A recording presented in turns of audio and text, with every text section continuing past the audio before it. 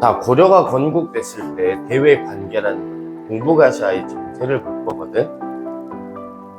자, 고려라는 통일된 나라가 만들어져서 수삼국을 통일하면서 한족이 세운 송나라가 있어. 그리고 위쪽에는 거란족이 세운 요나라가 있고, 그리고 거란과 고려 사이에는 여진족이 있어. 여진족은 그냥 여진족이야. 하나의 통일된 나라가 만들어진 게 아니야. 아직까지는. 송나라는 엄친아라고 생각하면 돼. 학교에서 공부도 제일 잘하고 집도 제일 부자고 제일 똑똑하고 잘생기고 예쁜 애야. 거란은 학교에서 일진, 제일 싸움 잘하는 싸움짱. 자, 그리고 고려 같은 경우는 어중간하고 중간이야. 여진은 약간 금쪽이. 그러니까 친구도 별로 없고 고려를 부모의 나라로 섬기고 있었던 애야. 송나라와 거란이 대립하고 있어. 얘네 둘이가 제일 잘 나가잖아.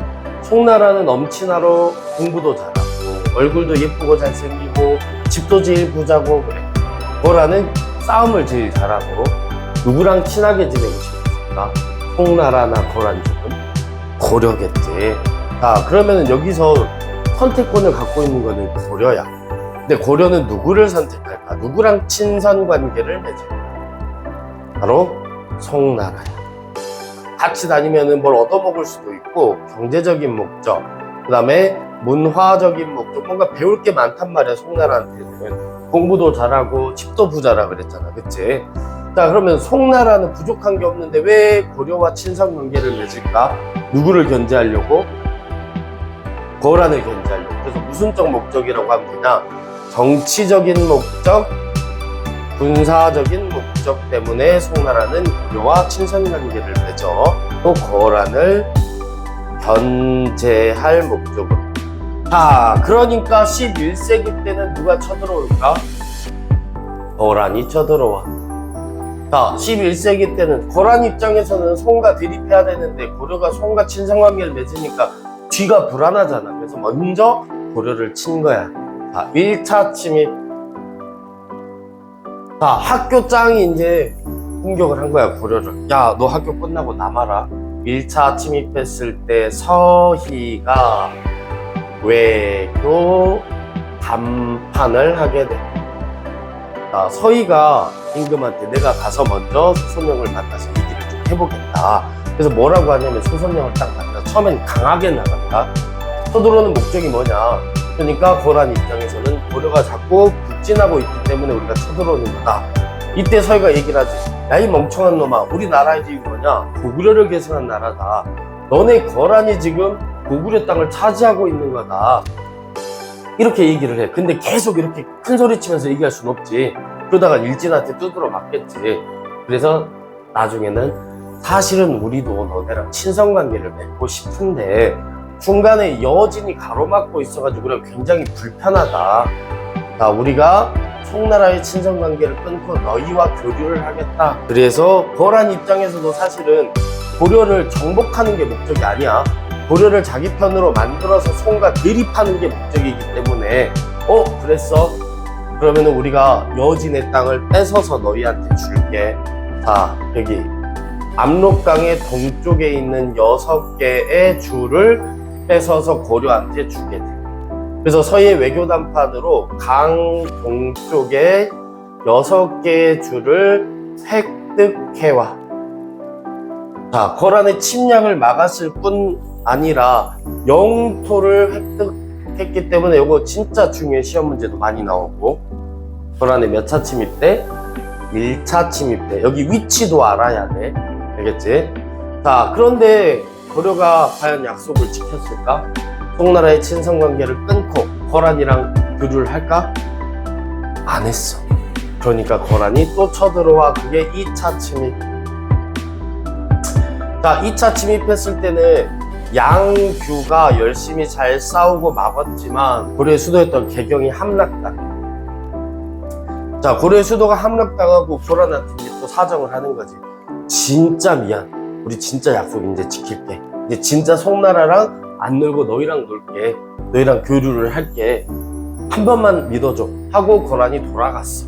진짜 이번 한 번만 믿어준다고 돌아갔어. 고려가 약속을 지켰을까 안 지켰을까? 또 안 지켰어. 우리 역사고 우리나라지만 조금 얄밉긴 하지. 자, 그래서 고란이 또 쳐들어와 3차 침입. 근데 더 얄미운 게 뭔지 알아? 이 3차 침입은 고려가 완벽하게 막아버려. 누가? 강, 감, 찬 많이 들어봤지? 혹시 무슨 대첩? 귀주대첩. 강감천의 귀주대첩.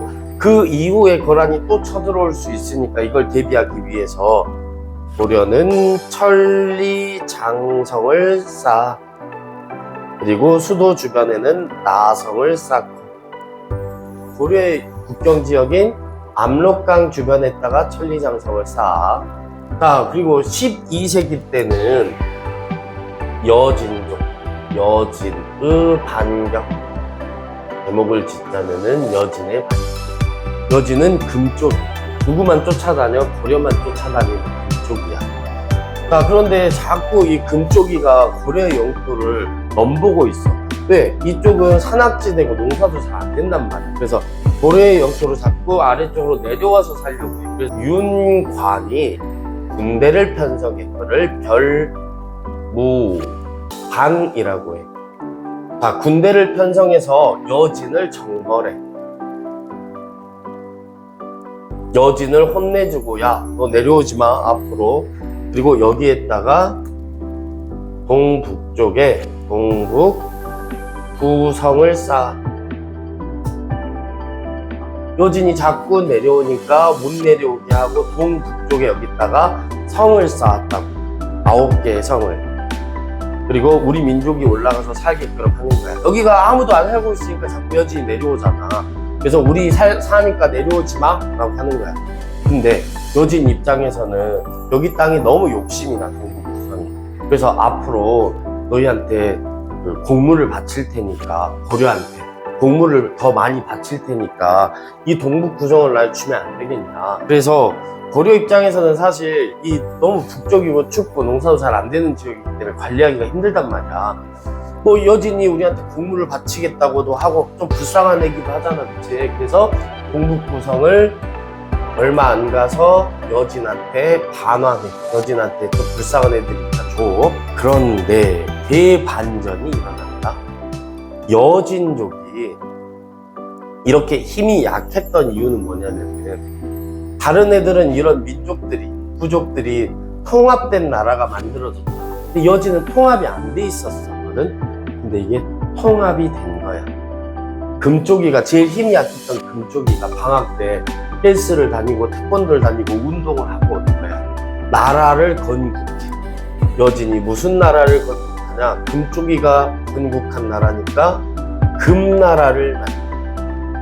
방학 때 태권도하고 헬스하고 와가지고 누구를 찾아가냐면 학교 짱을 찾아가. 그게 누구야? 거란을 찾아가. 요 나라를 찾아가. 야, 너 끝나고 남아. 네. 금나라가 거란을 공격해. 근데 여기서 누가 이겼을까? 거란이 멸망. 엄청난 반전이 일어나지. 그리고 금나라가 또 어디를 쳐들어가? 송나라를 쳐들어가. 송나라가 멸망한 건 아니고 양쯔강 이남으로 쫓겨 내려가게 돼. 그때부터 송나라가 남송이 돼. 남쪽에 있는 송나라. 자, 그리고 금나라가 누굴 찾아갈까? 고려를 찾아가.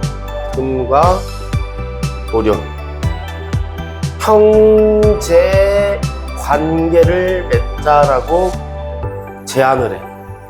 금나라는, 여진족은 원래 고려를 뭐라고 불렀던 애들이라고? 아버지의 나라, 부모의 나라라고 불렀단 말이야. 근데 이제 뭐 하지? 형제 관계 맺자. 근데 여기서 중요한 거는 누가 형일까? 금나라. 지들이 형 하겠다는 거야. 왜? 잘 나간 애들 지금 다 이기고 왔잖아, 그치? 그래가지고 고려한테 와가지고 좀 꼴배기 싫게, 야, 형이라고 이제 불러봐. 이때 고려는 단호하게 뭐라고 할까? 형, 그래. 왜? 세거든, 지금. 그래서 형제관계를 고려는 수락해. 정말 안타까운 일이야. 우리 역사에 있어서 이제 어떻게 보면 처음으로 다른 나라와 4대 관계라는 게 시작된 거예요. 이자겸이라는 인물이 이 고려와의 금나라와의 4대 관계를 수락해. 13세기를 보면은 이제 누가 등장하냐면은 몽골이 등장해. 진짜 무서운 전학생이 오는 거야. 몽골도 여진족과 마찬가지로 부족단이야. 하나의 나라로 합쳐지지가 않았기 때문에 아직 힘이 약했었던 나라거든. 칭기즈칸이 몽골 그 족을 통합시켜서 몽골 제국을 만들어. 바로 금나라 멸망, 그 다음에 남송 멸망, 그 다음에 몽골이 누구 쳐들어올까? 고려 쳐들어오겠지. 고려는 이때 또 형제관계, 4대 관계를 맺을까 아니면 싸울까? 우리가 금나라한테는 바로 형이라 그랬어. 근데 몽골이 쳐들어올 때는 이때 싸워, 몽골과. 그걸 우리는 대몽항쟁이라고 해. 13세기 때는 무서운 전학생이 몽골이 쳐들어온다 그랬어. 몽골이 금나라 멸망시키고 아래했던 남송도 멸망시키고 고려를 쳐들어왔는데 이때는 고려는 싸워. 왜? 집권 세력이 누구였기 때문에? 무신이었기 때문에, 그 중에서도 최우가 최고 집권자였었던 시기였기 때문에 그래. 몽골이 거란의 자녀 세력들을 공격하러 오는데 거란이 아래쪽으로 쫓겨 내려오다가 우리나라 쪽 강동성까지 쫓겨 내려와. 그때 몽골이 고려한테 연락을 취해. 야, 우리가 쫓고 있는 거란이 니네 나라로 지금 들어간다. 우리랑 연합작전해서 거란을 좀 치자. 그래서 우리도 오케이.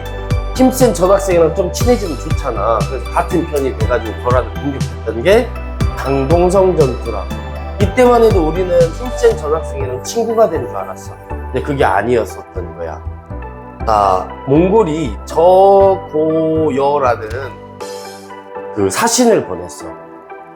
조고여가 와가지고, 야, 우리 몽골 황제가 지금 고려한테 공물을 요구한다. 너희들 공물을 갖다 바쳐라. 우리와 4대 관계를 맺자. 이렇게 얘기를 해. 근데 이때 최후는, 무신 최고 집권자였던 최후는 이거를 거절. 그러니까 조고여가 알았어. 우리 황제한테 그대로 가서 전할게 하고 돌아가는 길에 조고여가 죽어. 피살당해. 누가 죽였을까? 고려가 죽였을까? 아니면 가다 그냥 강도 만나서 죽었을까? 몰라. 너무 옛날 기록이기 때문에.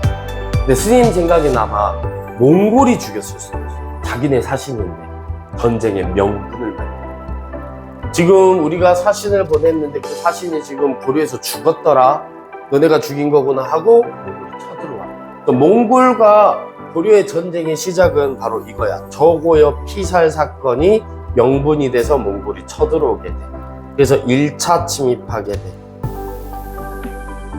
1차 침입 이후에 강화를 맺고, 이 강화를 맺은 이후에 몽골이 알았어, 이제 말 잘 들어 하고 돌아간 이후에 우리 진짜 전쟁을 준비하게 돼.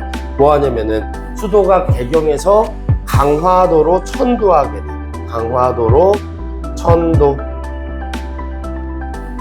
대몽항쟁에서 열심히 잘 싸웠던 사람 여러 명 있겠지만 김윤후라는 승려만 알아두면 돼. 이 김윤후가 처인성 전투, 충주성 전투에서 활약을 하게 돼. 특히 처인성 전투에서는 몽골군 총사령관이었던 살리타를 사살하는 성과를 올려. 하지만 결국엔 어떻게 된다고? 몽골한테 항복하고, 그리고 수도를 개경으로 한도하고. 근데 끝까지 마지막까지 싸웠던 애들이 하나 있다. 삼별초라고 중심 세력을 볼 거야. 지방에서 주로 촌주 출신이나 군인 세력이나 이런 애들, 이런 세력들이 지방에서 자기가 왕처럼 막 군림을 해.